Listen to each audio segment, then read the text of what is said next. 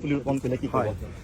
মই আচলতে মোৰ জন্মদিন হ'ল 1 ফেব্ৰুৱাৰী, কিন্তু যেতিয়া মই কামৰূপ একাডেমী স্কুলত পঢ়িছিলোঁ, মেট্ৰিক দিয়াৰ আগতে আমাৰ সকলো বেটছৰে জন্মদিন ছাৰে 1 এপ্ৰিল লিখি দিছিল। সেইকাৰণে চৰকাৰী কিতাপ কাগজত মোৰ জন্মদিন 1 এপ্ৰিল থাকে। বিহালী ইলেকশ্যনৰ সময়ত মই কৈছিলোঁ যে ভাল দিনত আহি মহিলা উদ্যমিতা আঁচনিখন আৰম্ভ কৰিম।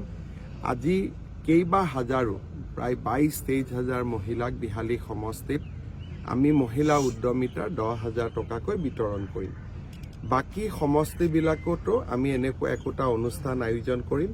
মই সকলো মন্ত্ৰী বিধায়কক কৈছোঁ যে মোৰ পৰা একোটাকৈ ডেট ল'ব লাগে আৰু সেনেদৰে আমি সমষ্টিবিলাকত গৈ মহিলা উদ্যমিতা আঁচনিৰ ধন বিতৰণ কৰিম।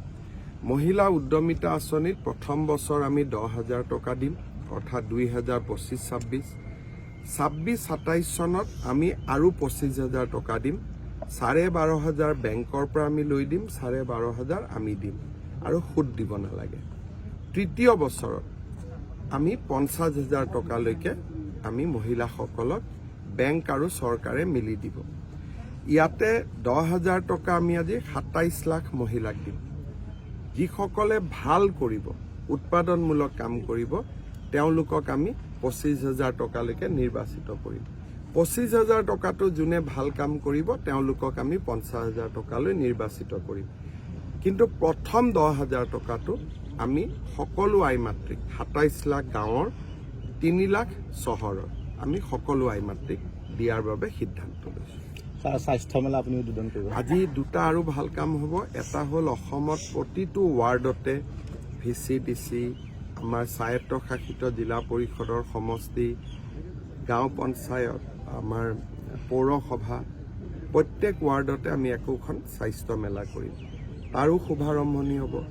আজি আৰু এটা আমি নতুন কাম কৰিম, সেইটো হ'ল আজিৰ পৰা ধান ক্ৰয় কৰিলে চৰকাৰে অতিৰিক্তকৈ 250 টকা দিব। তাৰমানে 2550 টকা 1 কুইণ্টলত পাব। আৰু সেই ধৰণে আজিৰ পৰা আমি সৰিয়হত 500 টকাকৈ বেছিকৈ দিম। অৰ্থাৎ এতিয়া আমাৰ যুৱক যুৱতীসকলে সৰিয়হ চৰকাৰক বিক্ৰী কৰিলে 6,450 টকা পাব। এই দুইটা আঁচনি আজি আমি বিশ্বনাথ জিলাতে আৰম্ভ কৰিম। অত্যাধুনিক আৱৰ্ত ভৱনৰ আপুনি প্ৰথম অতিথি। এইটো মই এনেকুৱা, আপোনালোকে চাৰ্কিট হাউচটো দেখিছে, আৰু এনেকুৱা চাৰ্কিট হাউচ আমি অসমৰ প্ৰত্যেকখন জিলাতে বনাব গৈ আছোঁ। বিশ্বনাথত আৰম্ভণি হ'ল। অসমত আহিলে অতিথিসকলে যাতে সুন্দৰকৈ থাকিব পাৰে, পৰ্যটকসকলো থাকিব পাৰে, তাৰ বাবে আমি চাৰ্কিট হাউচবোৰ নতুনকৈ ধুনীয়াকৈ বনাব সিদ্ধান্ত লৈছিলোঁ। প্ৰথম চাৰ্কিট হাউচটো যোৱাকালি উদ্বোধন হ'ল। আজি আপুনি নদুৱাৰলৈ যাব?